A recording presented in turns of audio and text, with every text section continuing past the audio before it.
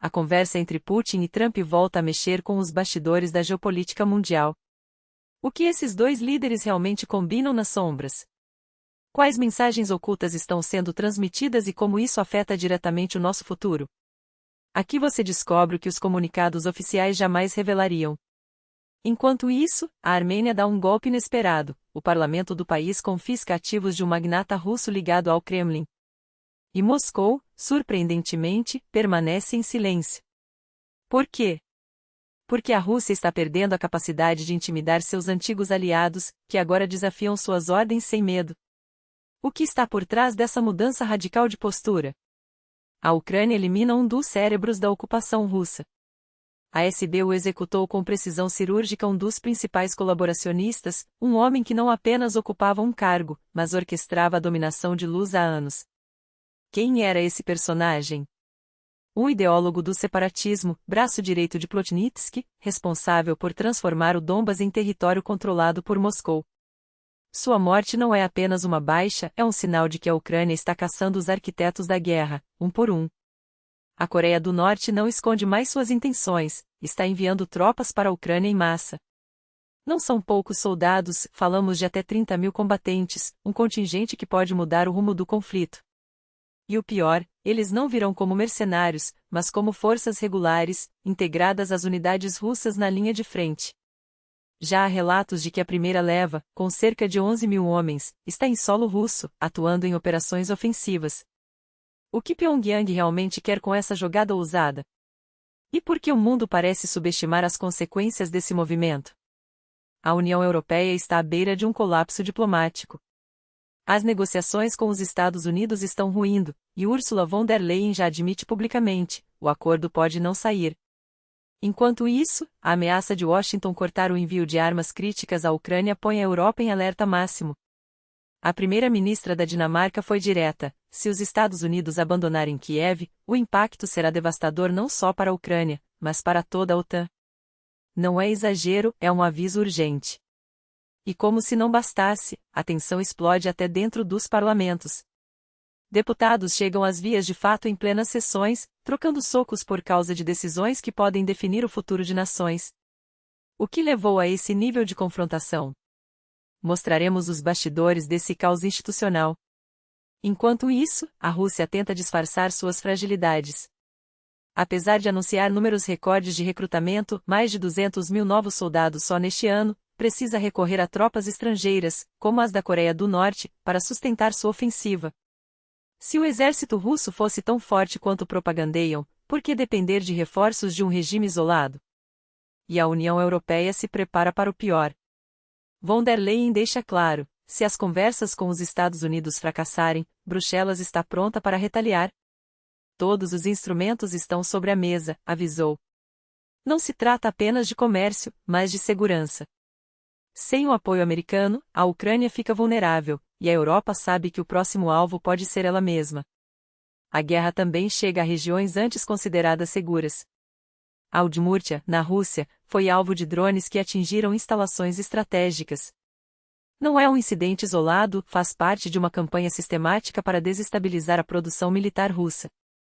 Enquanto isso, o Azerbaijão treme. Se Moscou fechar suas portas, o país pode perder mais de $1 bilhão em exportações, um golpe de 4% em sua economia. Para a Rússia, porém, a perda seria irrelevante. Mais uma prova de que o Kremlin joga com regras próprias, sem se importar com os danos colaterais. Tudo isso em um único lugar, as notícias mais urgentes, as análises mais profundas e os fatos que outros não têm coragem de mostrar. Acompanhe conosco os desdobramentos que estão redefinindo o equilíbrio global, porque o que acontece hoje na sombra será a realidade de amanhã para todos nós. A máquina de propaganda e os exércitos de trolls já não poupam nem o presidente do Azerbaijão. Aliyev é chamado abertamente de Angadoyan histérico, enquanto vozes mais radicais chegam a propor a descolonização do país, como se Baku fosse uma mera província rebelde a ser domada. E o mais revelador? O Ministério das Relações Exteriores da Rússia nem sequer faz o esforço de acalmar os ânimos. Não por acaso. Quando falamos das relações entre Moscou e Baku, não estamos diante de um mero jogo diplomático, mas de uma aliança estratégica forjada a fogo. E é exatamente isso que incomoda certos atores, aqueles que prefeririam ver o Cáucaso como um tabuleiro de xadrez onde só eles movem as peças. Mas há algo mais profundo aqui, uma memória histórica que une esses povos, uma herança de séculos em que faziam parte de um mesmo império.